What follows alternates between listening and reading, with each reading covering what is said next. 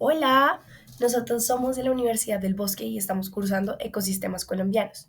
En esta videoaula hablaremos un tema súper interesante de la microbiología, las interacciones microbianas. Vamos. Aprenderemos qué son los tipos de interacciones positivas y negativas con algunos ejemplos para entenderlo mejor y veremos un caso real de investigación reciente sobre el uso de controladores biológicos. Todo esto para al final hablar de cómo la bioingeniería puede aprovechar estas interacciones. Comencemos. Entonces, ¿qué son?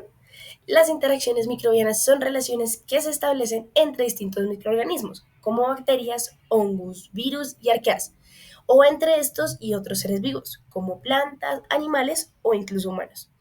Estas interacciones podemos clasificarlas según el efecto que tienen sobre los organismos involucrados. Pueden ser beneficiosas, neutras o perjudiciales, para alguna o para ambas partes.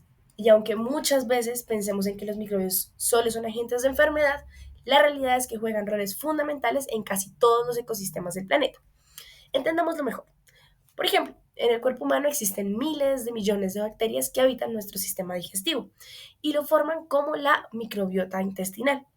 Algunas de estas bacterias nos ayudan a descomponer los alimentos, sintetizar vitaminas como la K o la B12 y protegernos frente a microorganismos patógenos. Al mismo tiempo, otros microbios pueden competir por espacio o por recursos, o incluso atacar a los que son beneficiosos, generando desequilibrios en nuestra salud. En los suelos agrícolas, los microbios también interactúan constantemente. Algunas bacterias colaboran con las raíces de las plantas para facilitar la absorción de nutrientes como el nitrógeno y el fósforo, mientras que otras pueden causar enfermedades que afectan cultivos enteros. Estas relaciones son dinámicas y dependen de múltiples factores, como el tipo de suelo, el clima y la biodiversidad local. Además, estas interacciones no solo ocurren en la naturaleza, también se han aprovechado en el ámbito industrial y en el ámbito médico. En el ámbito industrial hablamos de la producción de alimentos fermentados como el yogur o el pan. Los microorganismos trabajan en conjunto para transformar los ingredientes. En la medicina trabajan para estudiar las interacciones entre virus y bacterias y así desarrollar nuevos tratamientos. En la parte central encontramos una estrella. ¿Por qué? Porque es nuestra estrella los controladores biológicos para evitar el uso excesivo de pesticidas. Bueno, comenzando por las interacciones microbianas positivas, son aquellas relaciones entre los microorganismos donde al menos uno sale beneficiado y ninguno va a resultar perjudicado. Estas relaciones son clave, por ejemplo, para el equilibrio de los ecosistemas, la salud humana, la agricultura y también pueden ser útiles para muchos procesos industriales. Por eso vamos a ver tres tipos principales, los cuales son, primero, el mutualismo, segundo, la cooperación y tres, el comensalismo. Comenzando con el mutualismo, es una relación donde ambas especies o ambas partes se benefician y dependen totalmente una de la otra. Un ejemplo que es clásico y que conocemos son las bacterias Rhizobium y las leguminosas. Las bacterias fijan el nitrógeno en las plantas y estas les dan los nutrientes necesarios como para que estas crezcan, se reproduzcan y sigan haciendo su trabajo. Es como si ambas partes se dieran lo que necesitan para poder florecer. Es como si fuera una relación amorosa donde ambas partes dan y se benefician. Pasando por la segunda, que es la cooperativa, es ambas especies se benefician, pero pues también pueden vivir por separado. Un ejemplo de esto pueden ser los biofilms, que son bacterias como las peusodomas, que trabajan juntas para formar una comunidad protectora y comparten nutrientes y también resistencia. Otro ejemplo que podemos ver también de la cooperación son las levaduras y las bacterias lácticas en el kefir, que fermentan, que pues las dos fermentan y mejoran el producto. Pero pues también pueden vivir por su cuenta. Es como si fueran como unos amigos, como mejores amigos que son inseparables, que eligen apoyarse uno al otro, aunque no dependan, pues puedan vivir sin el otro y no dependen de esa persona, pero se deciden apoyar. Asimismo funcionan las bacterias y sus interacciones. Y por otro lado, en el comensalismo es una relación donde uno se beneficia y pues el otro no se ve afectado, o sea, no se beneficia ni se perjudica.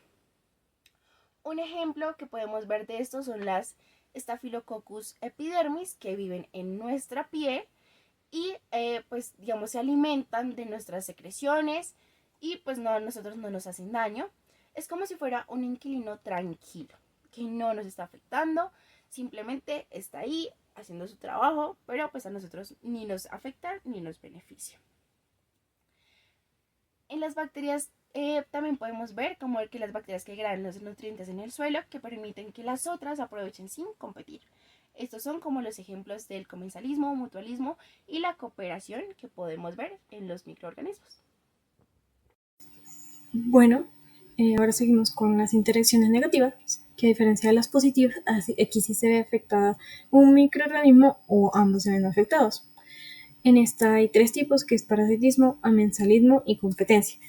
Bueno, empezamos con parasitismo, que se refiere a que hay un parásito, el cual es un organismo que se nutre a partir de células, tejidos o fluidos de otro organismo que vendría a ser el huésped. Este huésped generalmente daña en el proceso y por su parte el parásito no se puede reproducir sin ayuda de este huésped. Normalmente, pero no siempre, el parásito tiende a ser mucho más grande que el hospedador. Y ya como ejemplo, pues tendremos a tener los virus bacteriófagos que infectan a las bacterias como es la E. coli, replicándose en su interior y cuando terminan esta replicación salen al exterior y rompen a la bacteria, en este caso E. coli, pues produciendo su muerte. Después pasamos al mensalismo, que se refiere cuando una población microbiana produce una sustancia que es inhibidora para las otras poblaciones de microorganismos. La primera puede que no se vea afectada por la sustancia inhibidora o que pueda ganar una ventaja competitiva que le sea beneficiosa debido a esto. Un ejemplo de esto es la Penicillium notarum, que es un hongo que secreta penicilina. Esta penicilina mata bacterias sensibles como la de Staphylococcus. Y por otro lado tenemos la Streptomyces, que es una bacteria que se encuentra en el suelo que produce streptomicina, inhibiendo bacterias competidoras que pueden haber a su alrededor. Y ya como tercera interacción y última de aquí, tenemos la competitiva. Aquí se tiene lugar 2 poblaciones que usan un mismo recurso, que puede ser tanto espacio o un nutriente limitante. La competencia tiende a producir separaciones ecológicas en poblaciones estrechamente relacionadas. Esto como tal se conoce como principio de exclusión competitiva. Un ejemplo de esto vendría a ser la Lactobacillus y junto a la E. coli, que entre sí compiten en el intestino por un dominio. En el caso de que la Lactobacillus domine, pues esto podría generar que reduzca patógenos, siendo beneficioso para el cuerpo.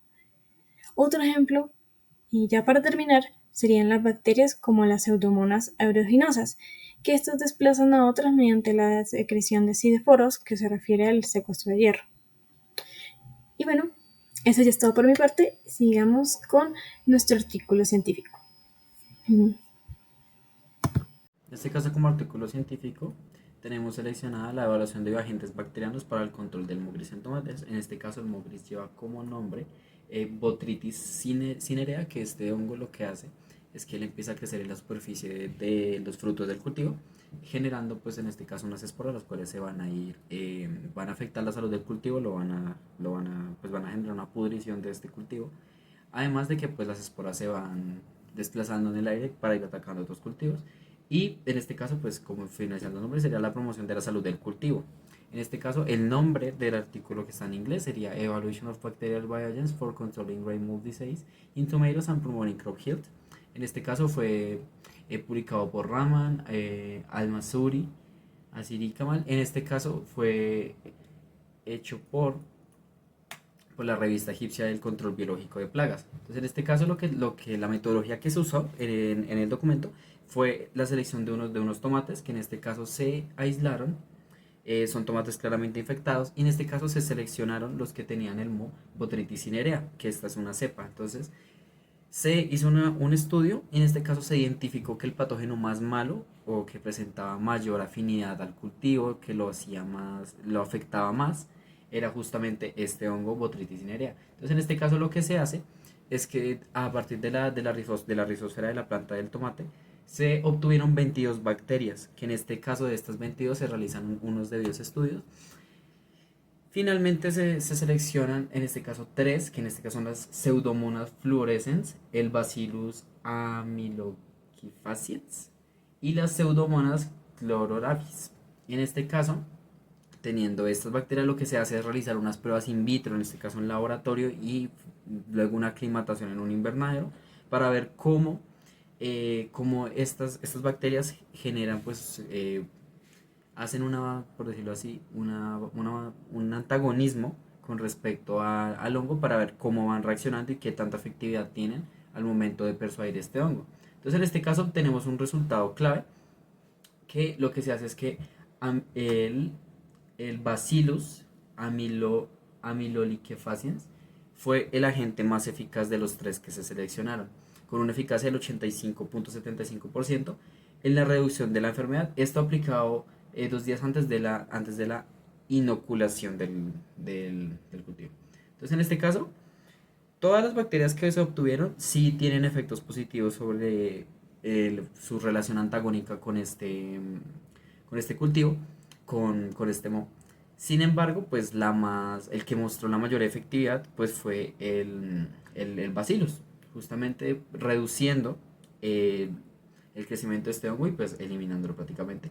Entonces en este caso pues nos deja como conclusión que pues el Bacillus presenta una muy alta efectividad para proteger el cultivo, para evitar que este moho se desarrolle, y pues claramente todos los tres biocontroladores son una muy buena opción, que son los que mencionamos al inicio, que son estas bacterias que se seleccionaron del filtro de las 22 iniciales. Pero pues realmente lo que nos deja pues como resultados, realmente como conclusiones, es que pues los biocontroladores bacterianos pues sí tienen un alto potencial para lograr sustituir a los fungicidas químicos, ya que pues en este caso el manejo del moho en los tomates pues es algo que afecta a todos los cultivos de tomates, es algo muy común, y justamente el hecho de tener biocontroladores pues lo que hace es evitar que se estén usando estos químicos, además de que pues si se siguen haciendo unos estudios, en este caso pues ya llevándolos a campo, extrapolando estos estudios, pues se puede obtener unas estrategias para pues que se pueda considerar implementar estos biocontroladores pues ya en la industria, ¿no? Para que se pueda hacer una comercialización de estos biocontroladores para el cultivo de tomate y para así evitar que pues los cultivos se vayan perdiendo.